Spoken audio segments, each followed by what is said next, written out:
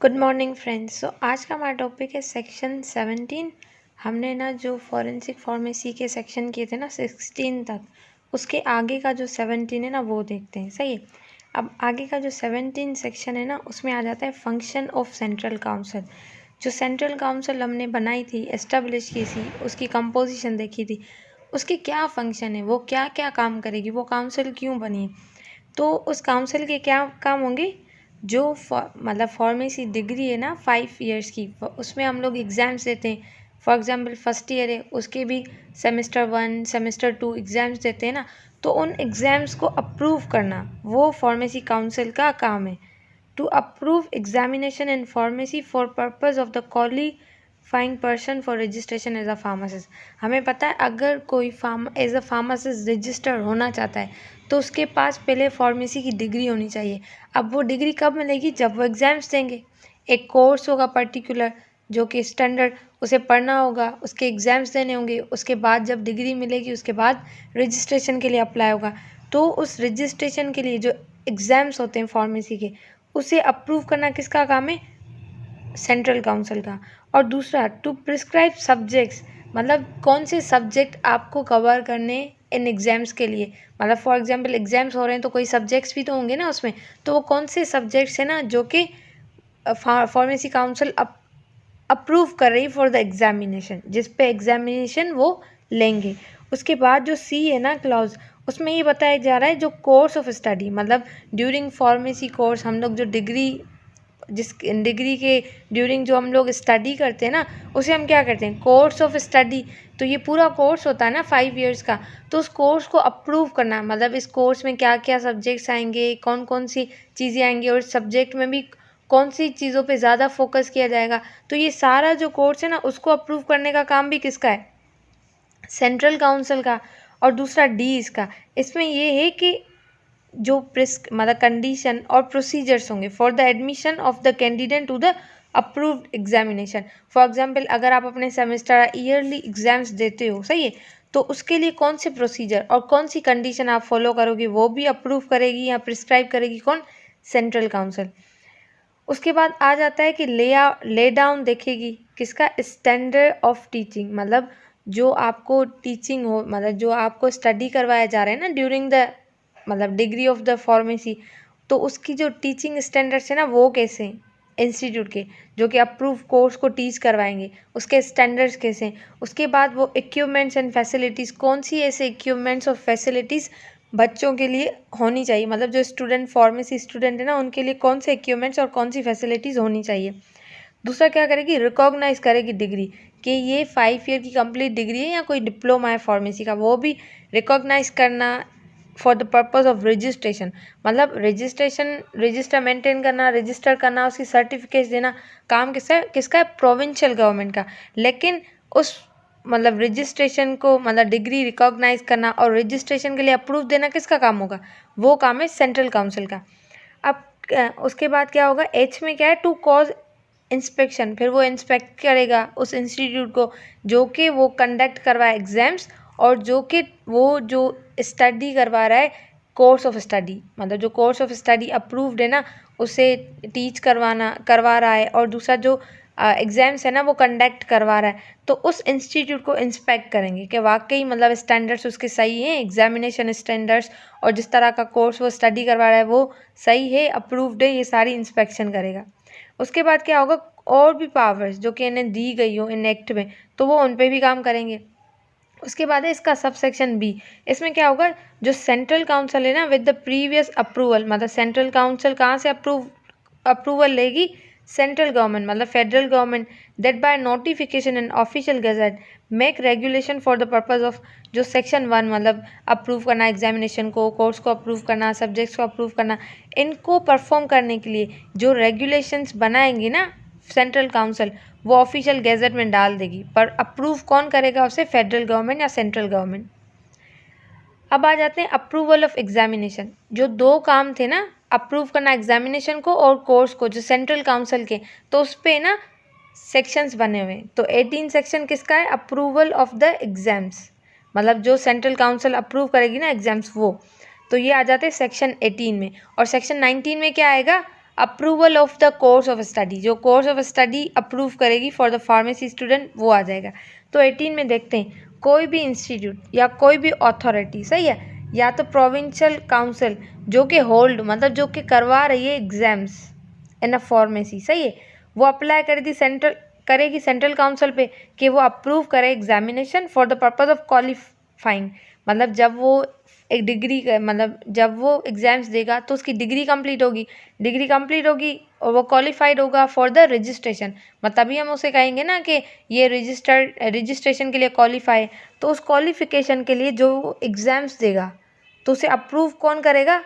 Central council. तो उसके exam जो है ना कंडक्ट करवा रहा है, कौन करवा रहा है? इंस्टीट्यूट या तो अथॉरिटी जो फार्मेसी है वो। अब क्या होगा, जो सब सेक्शन 2 है ना उसमें क्या होगा, इसके जो सेंट्रल काउंसिल है ना अगर वो सेटिस्फाइड है, मतलब जो भी उन्होंने भेजी है, मतलब कि वो सोच रहे हैं कि हाँ थिंग्स फिट करती हैं, चीज़ें फिट करती हैं, एग्जामिनेशन ये इंस्टीट्यूट करवा सकता है, तो उसके वो एग्जामिनेशन अप्रूव कर देंगी, सही है। मतलब उन्हें कन्फर्मिटी है कि हाँ ये सही है, स्टैंडर्ड्स वगैरह को फॉलो कर रहे हैं, तो उससे कन्फर्मिटी मिल जाएगी, सही है। अप्रूव करेंगे एग्जामिनेशन को, फिर वो notification in an official gazette, वो ऑफिशियल गैजेट में जैसे न्यूज़पेपर मैगजीन वगैरह में डिक्लेयर कर देंगे कि ये जो अभी एग्ज़ाम्स लेंगे ना ये काम मतलब फार्मेसी इंस्टीट्यूट वाले वो अप्रूव्ड है, मतलब अप्रूव किए गए। तो अब जो भी एक पास करेगा वो क्वालिफाई हो जाएगा for the registration as a pharmacist, ये सारी चीज़ें। अब आ जाता है approval of course of study, मतलब जो इंस्टीट्यूट और authority course of study conduct करवा रही है, मतलब जो कोर्स ऑफ स्टडी टीच करवा रही है, जो कोर्स हम लोग फार्मेसी के मतलब कि डिग्री में जो पढ़ते हैं ना उनको अप्रूव करवाने के लिए एक अपील देते हैं, मतलब approval of the course of study. तो जो इंस्टीट्यूट और अथॉरिटी वो कोर्स करवा रही है वो क्या करेगी, अप्लाई करेगी टू द सेंट्रल काउंसिल कि इस कोर्स को आप क्या करो, अप्रूव कर दो फॉर द एग्जामिनेशन। अब हमें पता है हम कोर्स को स्टडी करेंगे उसके बाद ही एग्जाम्स देंगे ना, ऐसा तो नहीं है ना हम जाके एग्जाम्स में बैठ जाते हैं। तो जो कोर्स हम स्टडी करते हैं for the purpose of giving exams तो वो अप्रूव करवाया जाता है फ्रॉम द सेंट्रल काउंसिल। तो वो अप्रूव कौन करवाएगा? वो इंस्टीट्यूट जो कि मतलब कि चल रहा है, मतलब जो फार्मेसी इंस्टीट्यूट चल रहा है वो। तो सेंट्रल काउंसिल अगर सेटिस्फाइड होती है कि हाँ वाकई ये जो मतलब कि कोर्स ऑफ स्टडी के लिए अप्लाई किया है ना वो मतलब कि स्टैंडर्ड को फॉलो करते हैं इस एक्ट के, सही कन्फर्मिटी हो गई, तो उसमें क्या करेगा सेंट्रल काउंसिल है ना रिकमेंडेशन देगा कि हाँ इसको अप्रूव किया गया है कोर्स ऑफ स्टडी को। तो वो फिर ऑफिशियल गैजेट में डिक्लेयर कर देगा कि ये इंस्टीट्यूट जो भी कोर्स ऑफ स्टडी करवा रहा है ना वो अप्रूव्ड है। तो इस कोर्स ऑफ स्टडी अगर आपने पढ़ा है ना तो उसके बाद आप एग्ज़ाम्स दे सकते हो। तो ये अप्रूवल कहाँ से मिलेगा? सेंट्रल काउंसिल से। अब आ जाते हैं फर्निशिंग ऑफ इंफॉर्मेशन। अब इसमें क्या होता है कि जो भी इंस्टीट्यूट अथॉरिटी, सही है, जो कि अप्लाई करती है for the approval of the examination जो कि सेक्शन 18 में आ गया, और for the approval of the course of study जो कि सेक्शन 19 में आ गया, सही है, उसके लिए अप्लाई कर रही है। और जो exams hold and approved exam, मतलब जो अप्रूव्ड एग्ज़ाम को होल्ड कर रही है, कंडक्ट करवा रही है अप्रूव्ड कोर्स ऑफ स्टडी को, वो पूरी अपने ना कोर्स ऑफ स्टडी की एग्जामिनेशन की पूरी इन्फॉर्मेशन किसको देगा? डॉक्यूमेंटेड इन्फॉर्मेशन देगा सेंट्रल काउंसिल को। तभी तो सेंट्रल काउंसिल ने उसे अप्रूव किया है ना। अप्रूव करने के बाद भी वो सेंट्रल काउंसिल को इन्फॉर्मेशन देगा कि हाँ जो आपके स्टैंडर्ड से ना उसी के हिसाब से हम लोगों ने एग्ज़ाम्स कंडक्ट करवाएं, कोर्स ऑफ स्टडी भी हमारा उसी के हिसाब से था। तो उसकी जो पूरी डॉक्यूमेंटेड चीज़ें हैं ना वो देगा किसको? सेंट्रल काउंसिल को। Such information as central council में from time to time required related to, मतलब वो जो सेंट्रल काउंसिल है ना उसको रिक्वायर्ड होती हैं, तो वो सारी चीज़ें हमें देनी होंगी तभी तो वो जाके वो फार्मेसी को रजिस्टर करेंगे ना। किसकी इन्फॉर्मेशन देनी होगी? The course of study conduct and training, जो ट्रेनिंग दी गई है और कोर्स ऑफ स्टडी कंडक्ट करवाया गया उसकी इन्फॉर्मेशन, एग्जामिनेशन जो उस इंस्टीट्यूट में हुए उनकी इन्फॉर्मेशन, और स्टूडेंट की एज क्या है, मतलब जो फार्मेसी डिग्री कर रहे हैं उस उनमें स्टूडेंट की एज क्या है, किस एज के स्टूडेंट है ना वो कोर्स ऑफ स्टडी पढ़ रहे हैं और फिर एग्ज़ाम्स दे रहे हैं। उसके बाद इक्विपमेंट एंड फैसिलिटीज़, जो फैसिलिटीज़ इक्विपमेंट स्टूडेंट के लिए हैं उनकी भी सारी डॉक्यूमेंट्स वगैरह उन्हें देंगे। और कोई भी दूसरा मैटर जो कि इम्पोर्टेंट हो for the course of study या ट्रेनिंग या एग्जामिनेशन के लिए और स्टैंडर्ड ऑफ टीचिंग के लिए, वो मैटर भी, उसके भी डॉक्यूमेंट्स वो जो इंस्टीट्यूट है वो देगा टू सेंट्रल काउंसिल। उसके बाद है इंस्पेक्टर। अब सेंट्रल काउंसिल है ना, उसने एग्जामिनेशन को अप्रूव किया, कोर्स को अप्रूव किया। अब वो चेक कैसे करेंगे कि वो जो कोर्स और स्टडी कोर्स हम लोगों ने अप्रूव किया है या एग्जामिनेशन जो हमने अप्रूव किए वो हो रहे हैं, वो स्टैंडर्ड को फॉलो कर रहे हैं या नहीं कर रहे हैं। तो उसको इंस्पेक्ट करने के लिए वो इंस्पेक्टर है ना वो अपॉइंट करेंगे। तो इंस्पेक्टर कब अपॉइंट होंगे? 21 में। अब इसमें क्या होगा, सेंट्रल काउंसिल अपॉइंट करेगी इंस्पेक्टर, सही है। और वो इंस्पेक्टर क्या करेंगे, उस इंस्टीट्यूट को इंस्पेक्ट करेंगे जिसने अप्लाई किया, सही है। अब इंस्पेक्टर क्या करेंगे, मतलब फर्स्ट इसके जो है ना दो सब सेक्शन है। सब सेक्शन नंबर 1 जिसमें हम लोग इंस्पेक्टर अप्रूव करवा रहे हैं, कौन, मतलब अपॉइंट करवा रहे हैं वो इंस्पेक्टर सेंट्रल काउंसिल। दूसरे में क्या होगा, जो इंस्पेक्टर अपॉइंट हुए हैं, सही है, सब सेक्शन 1 में, उनको अथॉरिटीज़ कौन सी दी जाएंगी, प्रेसिडेंट ने कौन सी अथॉरिटीज़ दी है, उन्हें अथॉरिटीज़ हैं कि वो इंस्पेक्ट करें कोई भी इंस्टीट्यूट जहाँ पे अप्रूव्ड एग्जामिनेशन कंडक्ट करवा रहे हैं या अप्रूव कोर्स है ना वो हो रहा है, तो उसकी मतलब अटेंड करेगा उसकी एग्जामिनेशन को कि हाँ इस मतलब जब एग्ज़ाम्स हो रहे होंगे ना तो उस दिन जाएगा, डिटेक्ट करेगा हाँ बाकी एग्ज़ाम सही हो रहे हैं इनके। और उसके बाद क्या करेगा, अप्रूव करेगा एनी इंस्टीट्यूट जिसने अभी अप्लाई किया है अप्रूवल के लिए, अभी अप्रूव नहीं हुआ है उसके कोर्स ऑफ स्टडी और एग्जामिनेशन, लेकिन जिसने अप्लाई किया ना उसको भी वो क्या करेगा, डिटेक्ट करेगा, चेक करने जाएगा, इंस्पेक्ट करने जाएगा।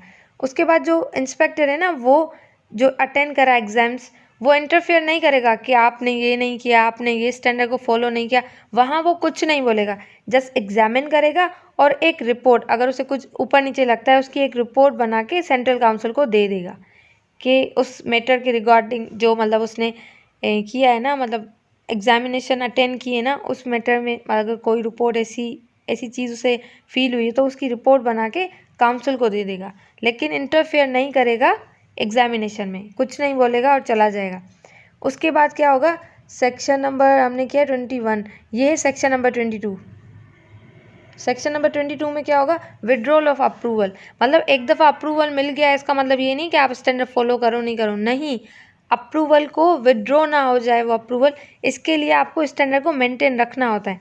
वेयर अपॉन अ रिपोर्ट, मतलब इंस्पेक्टर की रिपोर्ट मिलती है किसको, सेंट्रल काउंसिल को, दैट इज़ एन अप्रूव जो स्टडी कोर्स है या तो एग्जामिनेशन वो does not continue to be conformity, मतलब वो जो कन्फर्मिटी थी ना वो कंटिन्यू नहीं रखी उन्होंने, डिसकंटिन्यू हो गया, स्टैंडर्ड्स और रूल्स को वो फॉलो नहीं करे, तो सेंट्रल काउंसिल क्या करेगी, एक नोटिस देगी उस इंस्टीट्यूट को या अथॉरिटी को, और जो कंसर्न बंदा है ना उसको कॉल करेगी, मतलब एक नोटिस करेगी और नोटिस देगी और कहेगी कि आप इस चीज़ को एक्सप्लेन करो राइटिंग फॉर्म में कि why the approval of its course, मतलब उसका कोर्स और एग्जामिनेशन है ना शड नॉट बी विड्रॉल, मतलब क्यों ना हमें उसे विड्रॉल करें, आप एक्सप्लेनेशन दो जो रिपोर्ट उन्होंने दी है ना उसकी।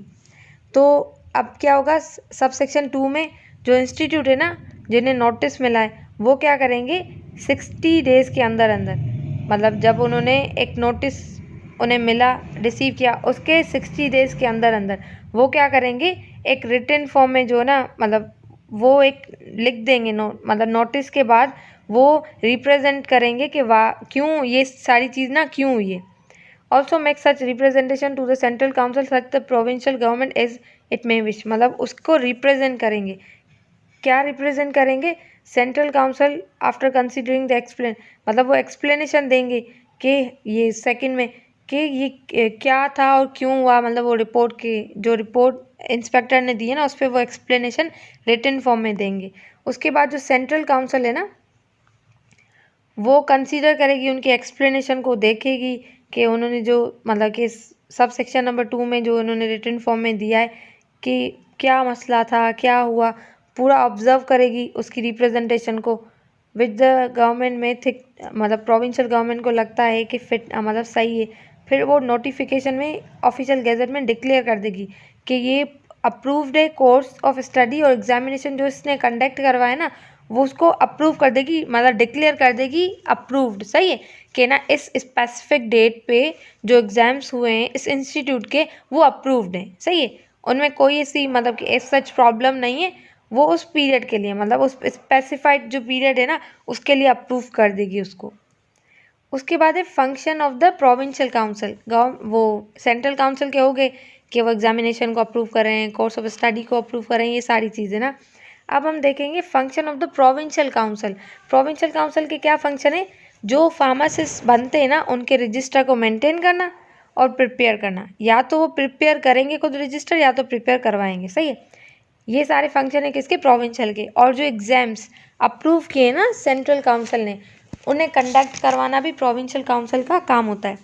तो the function of provincial council shall be to prepare and maintain registers of pharmacist and apprentice, मतलब जो फार्मेसी एप्रेंटिस है और जो मतलब फार्मासिस्ट हैं उनके रजिस्टर को मेंटेन करना और बनाना, और फार्मासिस्ट को रजिस्टर करना और उन्हें सर्टिफिकेट देना ऑफ द रजिस्ट्रेशन। दूसरा क्या होगा? एग्जामिनेशन जो कि अप्रूव किए सेंट्रल काउंसिल ने उनको कंडक्ट करवाना, और कोई भी दूसरी पावर जो उन्हें दी गई हो उन पे वो काम करेंगे, मतलब ड्यूरिंग दिस एक्ट, इस एक्ट के दौरान जो भी पावर दी गई है उस पे वो काम करेंगे। अब क्या है? Preparation and the maintenance of the register, जो कि काम है किसका? प्रोविंशियल गवर्नमेंट का। तो ये सेक्शन है 24, और पिछला जो फंक्शन वाला था वो क्या था? 23। अब क्या होगा इसमें? क्या होगा? जो सेंट्रल काउंसिल है ना, या तो वो प्रिपेयर करेगी रजिस्टर और कॉज टू प्रिपेयर, मतलब या तो प्रिपेयर करवाएगी रजिस्टर ऑफ द फार्मासिस्ट, मतलब जो फार्मासिस्ट है ना जिन्होंने डिग्री की है, डिप्लोमा किया है, उनका एक रजिस्टर बना देंगी, सही है। रजिस्टर बनाएंगी या तो बनवाएंगी फार्मासिस्ट का। इससे पता चलेगा कि हाँ ये क्वालिफाइड है और ये for the registration of the pharmacist apply कर सकता है, ये हाँ फार्मासिस्ट इसको रजिस्टर किया जाता है। तो जो रजिस्टर ए में रजिस्टर करेंगे ना, इस पर लिखा in which such shall be register the person, उन पर्सन को रजिस्टर किया जाएगा जो क्लोज ए में आ रहे सब सेक्शन के 1 ऑफ द सेक्शन 25 के सब सेक्शन 1 में जो क्लोज ए में आ रहा है ना, वो क्या है? वो बंदे जो कि 5 ईयर की पूरी कंप्लीट डिग्री लेते हैं उन्हें रजिस्टर ए में रजिस्टर किया जाएगा। उसके बाद है रजिस्टर बी। रजिस्टर बी का भी लिखा हुआ है शैल be register the person specified, जो क्लॉज बी और सी में है ना sub section 1 of the section 25। तो वो कौन है? वो हैं जिन्होंने फार्मेसी में डिप्लोमा किया हुआ है और जिन्होंने जो एग्जामिनेशन दिए हैं फॉर द, मतलब कि एग्ज़ाम्स दिए हैं कि वो रजिस्ट्रेशन के लिए अप्लाई कर सके, तो उनको हम लोग किस में करेंगे? रजिस्टर बी में। आगे जब हम 25 करेंगे ना तो आपको क्लियर हो जाएगा। इसमें वो जिन्होंने पूरी डिग्री ली है और बी में वो जिन्होंने डिप्लोमा किया है। और जो सी है ना उसमें हम लोग उनको रजिस्टर करेंगे जो कि अप्रेंटिस हैं फार्मेसी में। अब आ जाते हैं कि ना, मतलब ये जो register A B C provided they the provincial council, जो कि प्रीवियसली प्रोविंशियल गवर्नमेंट ने उन्हें मतलब कि अप्रूव किया है। जब भी वो प्रोविंशियल काउंसिल है ना डिसकंटिन्यू करेगी द रजिस्ट्रेशन या रीओपनिंग करेगी रजिस्ट्रेशन, मतलब अब डिग्री, मतलब कि अब रजिस्ट्रेशन एज अ फार्मासिस्ट के लिए अप्लाई कर रहे हैं, सही है। तो उसकी कोई डेट होगी ना कि हाँ इस डेट से रजिस्ट्रेशन ओपन है, सही है, उस डेट को। और दूसरा फिर जब वो रजिस्ट्रेशन डेट ख़त्म हो जाएगी तो उसकी जो है ना पहले तो डिसकंटिन्यूटी, मतलब कि बस इस डेट के बाद रजिस्ट्रेशन नहीं होगी, और रीओपनिंग मतलब उसके बाद फिर कौन सी डेट आएगी जिस पर रजिस्ट्रेशन के लिए अप्लाई कर सकते। तो डिसकंटिन्यूशन एंड रीओपनिंग ऑफ, मतलब रजिस्ट्रेशन की है ना डेट, उसको रीओपन कब रजिस्ट्रेशन होगी और कब डिसकंटिन्यू होगी, उसकी पूरी जो इन्फॉर्मेशन है ना वो प्रोविंशियल काउंसिल ऑफिशियल गैजेट में डाल देगी। मतलब जैसे सबको पता चल जाए कि इसकी रजिस्ट्रेशन ओपन हो गई हैं, हम लोग अप्लाई करें for the registration.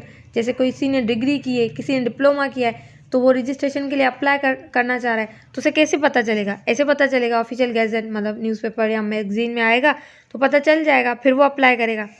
Such register prepared and, मतलब वो जो सबसेक्शन नंबर 2 है ना, इसमें क्या है? सच रजिस्टर, जो कि रजिस्टर प्रिपेयर किए गए मेंटेन किए गए सबसेक्शन 1 में, शैल इंक्लूड द फॉलोइंग, मतलब उनमें कौन कौन सी चीज़ें इंक्लूड की जाती है, कौन कौन सी इंक्लूड की जाएंगी। मतलब अब रजिस्ट्रेशन के लिए जो अप्लाई करेगा ना बंदा, उसके पास मतलब क्या क्या होना चाहिए ना, फुल नाम होना चाहिए उसका, रेजिडेंशियल एड्रेस मतलब जहाँ रहता है वो एड्रेस, प्रोफेशनल एड्रेस वो मतलब प्रोफेशनल क्या है, उसके बाद फादर का नाम, डेट ऑफ बर्थ और प्लेस, नेशनलिटी कहाँ का बंदा है, क्वालिफिकेशन क्या है, मतलब कंप्लीट डिग्री है या डिप्लोमा है इसके पास, दूसरा डेट ऑन विच रजिस्टर्ड मतलब जब ये रजिस्टर हो गया ना एज अ फार्मासिस्ट उसकी डेट, और सच अदर पर्टिकुलर एज मतलब जो भी बाय लॉज बनाए गए ना प्रोविंशियल गवर्नमेंट ने, जो अपने रूल्स बनाए for the regulation of the functioning of the provincial government, उसके अकॉर्डिंग जो भी दूसरी चीज़ें प्रिस्क्राइब है ना वो सारी चीज़ें इंक्लूड होती है इसमें। उसके बाद है qualifications for registration as a pharmacist और as an apprentice in pharmacy, जो कि अप्लाई कर रहा है फॉर द रजिस्ट्रेशन, उनके पास कौन सी क्वालिफिकेशंस होनी चाहिए। तो चलें देखते हैं कि कौन सी क्वालिफिकेशंस होनी चाहिए। इसमें है कि क्लॉज ए में कौन सी क्वालिफिकेशंस होनी चाहिए कि उसके पास डिग्री ऑफ फार्मेसी की और उस यूनिवर्सिटी या उस इंस्टीट्यूट की हो जो कि वो इंस्टीट्यूट एफिलिएटेड हो विद द सेंट्रल काउंसिल, मतलब जो कि अप्रूव्ड हो सेंट्रल काउंसिल के मतलब के अकॉर्डिंग। उसके बाद क्या होगा, बी में वो बंदे जो कि डिप्लोमा मतलब जिन्होंने फार्मेसी में डिप्लोमा किया है फार्मेसी टेक्नीशियन से, वो मतलब और उन्होंने जो डिप्लोमा किया है ना वो भी किसी मतलब के रजिस्टर्ड इंस्टीट्यूट से किया है तो वो भी अप्लाई कर सकते हैं, सही है। दूसरा क्या है, ये जो 1 का ए क्लॉज 1 का ए का 1 जो है ना वो क्या कहता है, प्रोविजन ऑफ द सबसेक्शन 3 मतलब सबसेक्शन 3 जो इस जैसे इसके सबसेक्शन कितने 3 है ना, तो फर्स्ट सबसेक्शन में हम लोगों ने देखा वो बंदा जिसने डिग्री की है, वो जिसने डिप्लोमा किया है, वो जिसने एग्जामिनेशन पास किए, मतलब सी में क्या होगा, वो बंदा जिसने एग्जामिनेशन पास किए मतलब फार्मेसी के जो एग्जामिनेशन है ना वो उसने पास किए, जो कि किसने रखे थे, प्रोविंशियल काउंसिल ने। तो अगर वो एग्जामिनेशन पास करता है ना उसके बाद भी वो अप्लाई कर सकता है फॉर द रजिस्ट्रेशन। अब ए में क्या लिखा हुआ है कि जो सब सेक्शन मतलब जैसे इसका सब सेक्शन 1 था जिसमें हम लोग ये पूरी डिप्लोमा वगैरह का सब सेक्शन 2 और सब सेक्शन इसका जो 3 है ना वो बोलता है कि जो बंदे ना मेंटली इल्ड हो मतलब जिसे कोर्ट ने मेंटली इल करार दिया गया या किसी ऑफेंस में वो इन्वॉल्व हो तो वो सब सेक्शन 3 में आते हैं। तो इसमें देखते हैं क्या कहते हैं, subject to the provision of the sub section 3 during the period of 1 year from the commencement of the pharmacy act 1973 a person who was on the 19th day of the June 1972 to be deemed to be qualified for the registration as a pharmacist shall be deemed to be fit so qualified। इसमें ये बता रहे हैं कि ना sub section में जैसे कह रहे हैं ना कि मेंटली इल हो तो उसे कंसीडर नहीं करेंगे, जो किसी ऑफेंस में इंक्लूड हो तो उसे कंसीडर नहीं करेंगे। तो ये बात जो है ना वो अप्लाई होती है 1973 के बाद, मतलब 1973 के बाद जो फार्मासिस्ट बने होंगे ना उनके लिए अप्लाई करती है। लेकिन उससे पहले माना जैसे 1972 है तो जो एक्ट है ना ये 1967 से लेके 1972 तक जितने भी बंदे उनसे उस ड्यूरिंग जितने भी बंदे होंगे ना वो क्वालिफाइड होंगे, चाहे वो किसी ऑफेंस में हो या ना हो, उससे रजिस्टर के लिए मतलब अप्लाई कर सकता है। लेकिन जो 1973 के बाद मतलब डिग्री उन्होंने लिए ना उनको ये वो अप्लाई करते हैं, मतलब वो इस सब सेक्शन 3 में आते हैं, लेकिन उनसे पहले वाले नहीं आएंगे, ये बात है इसमें। अब कहते हैं sub section 2 following person shall subject to मतलब वो सारे बंदे जो कि रजिस्ट्रेशन के लिए अप्लाई कर रहे हैं वो क्वालिफाइड होने चाहिए। तो उनमें क्या क्या होना चाहिए, ड्रग इंस्पेक्टर मतलब अगर कोई ड्रग इंस्पेक्टर के लिए मतलब अप्लाई करता है एज अ ड्रग इंस्पेक्टर या गवर्नमेंट एनालिस्ट होने के लिए अप्लाई करता है तो उसके लिए क्या होना चाहिए, वो जो स्टैंडर्ड्स है ना ड्रग एक्ट 1940 के वो उससे उस स्टैंडर्ड्स पे उतरना पड़ेगा। अगर वो उस स्टैंडर्ड को फॉलो करता है तो जाके उसको रजिस्टर किया जाएगा एज अ ड्रग इंस्पेक्टर और एज अ गवर्नमेंट एनालिस्ट। उसके बाद जो इसका है ना second, a person certified by the government hospital to be qualified dispenser और द कंपाउंडर, मतलब किसी गवर्नमेंट हॉस्पिटल ने उससे डिक्लेयर किया है एज अ कंपाउंडर और एज अ डिस्पेंसर तो वो रजिस्टर हो सकता है इस चीज़ के लिए, अगर उसके पास सर्टिफिकेट नहीं है तो नहीं होगा। उसके बाद third, person who has taken as an student और अप्रेंटिस इन, मतलब जिसने फार्मेसी में एज ए स्टूडेंट, मतलब उन्होंने वो क्वालिफिकेशन ली है, सर्टिफिकेट लिए हैं स्टूडेंट के, और वो रजिस्टर्ड है रजिस्टर ए में, and approve for the purpose by notification, और उन्हें अप्रूव किया गया है by the notification and official gazette by the provincial government, तो वो भी क्या होंगे, रजिस्टर्ड होंगे, रजिस्ट्रेशन के लिए अप्लाई कर सकते हैं। अब क्या है, person who is qualified person within the meaning of the rule, मतलब rule 65 of the western Pakistan drug rule 1958, अगर इन्होंने उन बंदे को क्वालिफाई किया है तो वो भी रजिस्टर करवा सकता है, मतलब एज ए फार्मेसी रजिस्टर हो सकता है, जो कि रूल नंबर 65 और जो मतलब कि ड्रग के जो रूल है ना 1958 के तहत क्वालिफाइड है, तो वो भी अप्लाई कर सकता है। अब सब सेक्शन 3 में आ जाते हैं, मतलब कौन से जो रजिस्ट्रेशन के लिए क्वालिफाइड नहीं होंगे, वो कौन से होंगे, if he is of unsound mind, मतलब वो अनसाउंड माइंड हो, और या तो कोर्ट ने उसको डिक्लेयर किया है एज अ अनसाउंड माइंड, मतलब जिसको मेंटल डिक्लेयर किया है, तो वो अप्लाई नहीं कर सकते, वो क्वालिफाइड नहीं है। और दूसरा वो if he has been convinced by, मतलब जिसे कोर्ट ने ये प्रूव किया है कि ये किसी ऑफेंस में, मतलब कि अनप्रोफेशनल बिहेवियर में ये शामिल था, तो फिर उससे भी हम रजिस्ट्रेशन, वो भी क्वालिफाइड नहीं होगा for the registration as a pharmacist. तो ये सारे रजिस्ट्रेशन के लिए नहीं होंगे अगर इन दोनों में से कोई आ जाता है तो। आई होप आपको ये समझ आया होगा।